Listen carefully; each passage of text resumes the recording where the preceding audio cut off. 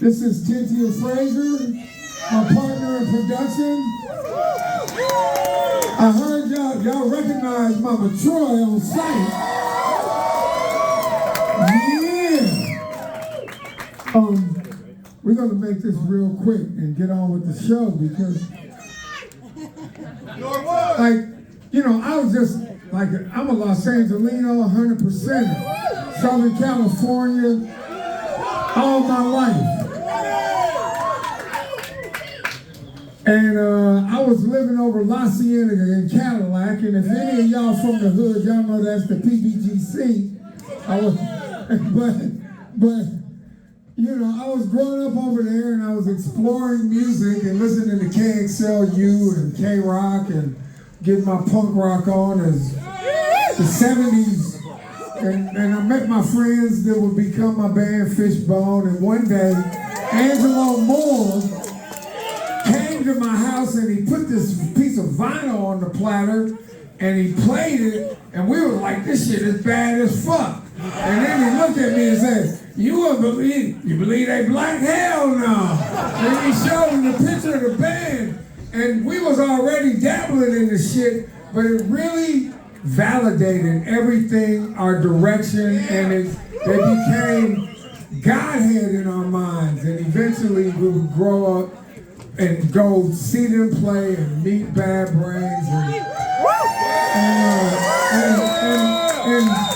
the beauty of love between the bands is something like, it's the dreams are made of, and I'm living the dream right now.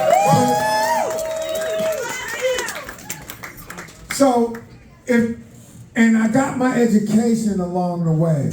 They were important to me personally, but I didn't really understand that when Bad Brains left DC and played New York for the first time, the next day the first New York hardcore band was formed called The Mob.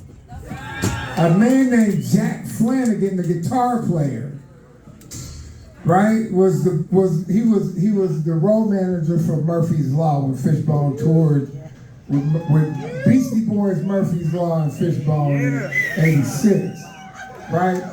So I met Jack Flanagan, the first New York hardcore band ever, inspired by Bad Brains. All of hardcore must bow down to the throne of Bad Brains. Just keep that in mind. Right? We got Eric Wilson and Bud coming up here, right? So there's this other thing that happened, this whole reggae movement within punk rock. I go to Golden Voice shows, and in between these punk rock bands, there's reggae playing. It was perfect. Calm the fucking savages down. It was amazing. And that's another Bad Brain contribution.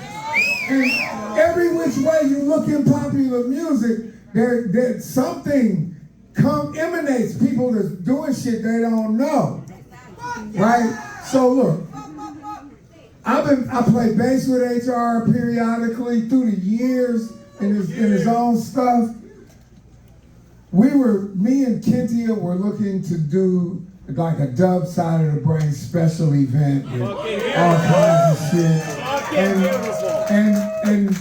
And it didn't happen because he was beginning to get ill.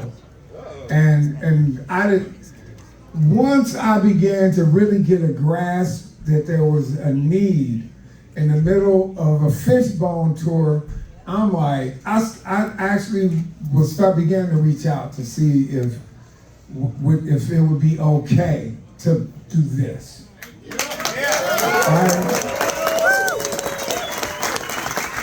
And really, I was on tour. I got Eric's number. I called him. I had to call Mama Troy. And it wouldn't be that shit without her tonight. Call kids here, this is what I want to do. You know, call Ross 1, Ellie, you down. You know, and then the thing began to roll, and it's all just for the love of my big brother, all my big brothers, Bad Brains, but HR, was emulated by many, right? Anyway, I'm gonna pass the mic. I done talked way longer than I think I should.